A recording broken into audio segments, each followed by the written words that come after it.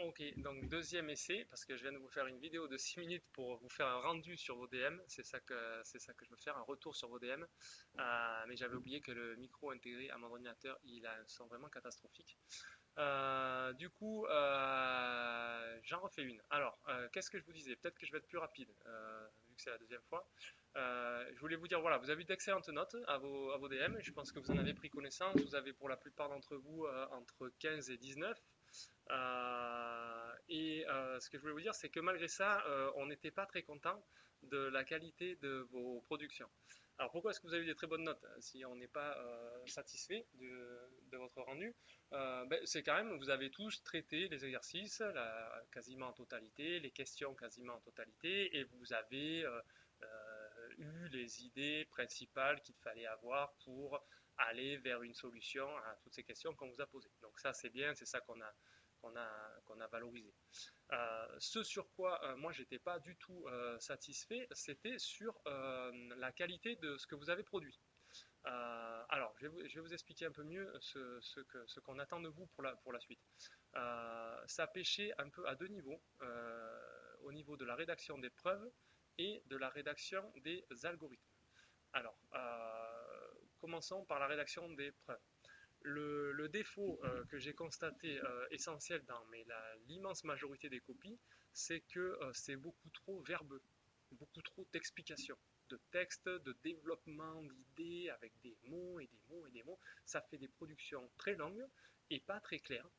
Et surtout, ça ressemble pas énormément à des productions mathématiques. Il faut avoir une approche beaucoup plus formelle quand vous rédigez les solutions aux exercices qu'on vous propose.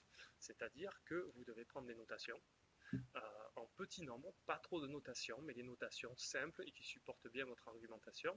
Et vous devez vous baser sur ça pour argumenter de manière beaucoup plus concise et beaucoup plus logique, d'accord, avec des raisonnements clairs et un enchaînement de déduction qui soit bien clair. Et pas trop de développement par des mots exagérés. Donc là, j'ai trouvé que c'était pour le coup exagéré dans vos DM. J'ai eu des productions mais extrêmement longues avec beaucoup beaucoup d'explications en texte. Ça, c'est pas adapté à un format de mathématiques, ok, ou informatique si vous préférez. En tout cas, c'est pas assez formel. Donc il faut vraiment que vous fassiez ce travail. Je pense qu'une des raisons de ça, c'est que vous êtes trop resté au niveau de l'intuition. C'est-à-dire que vous devez être conscient qu'il y a un peu un écart, un grand écart entre les idées qu'on a pour savoir comment on va résoudre une question, comment on va trouver la réponse à une question, et la façon dont on rend ces idées. C'est-à-dire que, en général, le raisonnement qui vous permet de comprendre pourquoi ça marche et comment ça marche, c'est pas du tout le raisonnement le plus adapté pour l'écrire dans une preuve et pour le transmettre à quelqu'un d'autre. Il y a une transformation qui s'opère entre les deux, qui est la formalisation, et souvent, en fait, ça présente les idées de façon différente. Donc ce travail-là, j'ai l'impression que vous ne l'avez pas vraiment fait, que vous avez livré vos idées comme vous les avez eues, pour dire ah oui ça marche parce que ça, oui mais après il faut formaliser, soit X appartenant à l'ensemble machin et voilà. Donc cette étape-là, il faut vraiment que vous la travaillez et elle est importante. Dans les TD, souvent, c'est vrai qu'on reste plus au niveau des idées, d'accord, ou alors je vous donne des bribes de formalisation. J'essaye d'écrire quelques définitions claires, etc.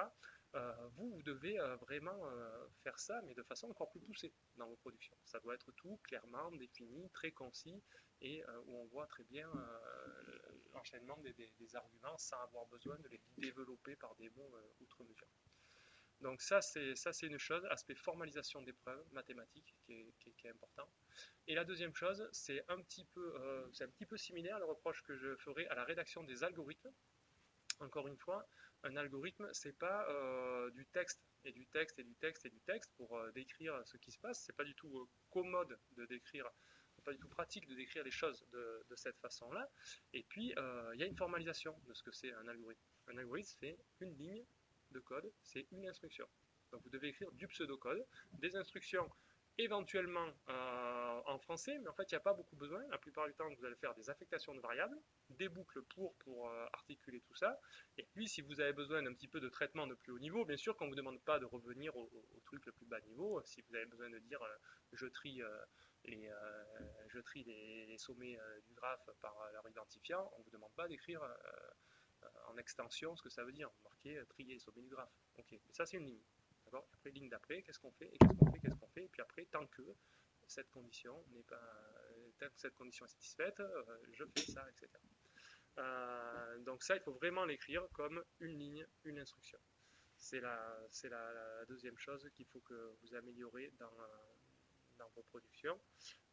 Du coup, vous devez maintenant, je pense, commencer à avoir des exemples un peu, puisqu'on est passé par cet enseignement à distance.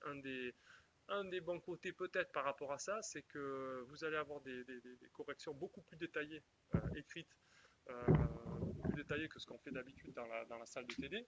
Je pense que ça a déjà été le cas avec les TD de Nicolas Chabanel et ça va être pareil avec les miens la prochaine fois qu'on est ensemble. Après le TD, vous aurez une correction complète. Donc ça va vous donner une idée de quel est le niveau de rendu qu'on attend dans vos productions. Et j'ajouterai en particulier dans vos DM.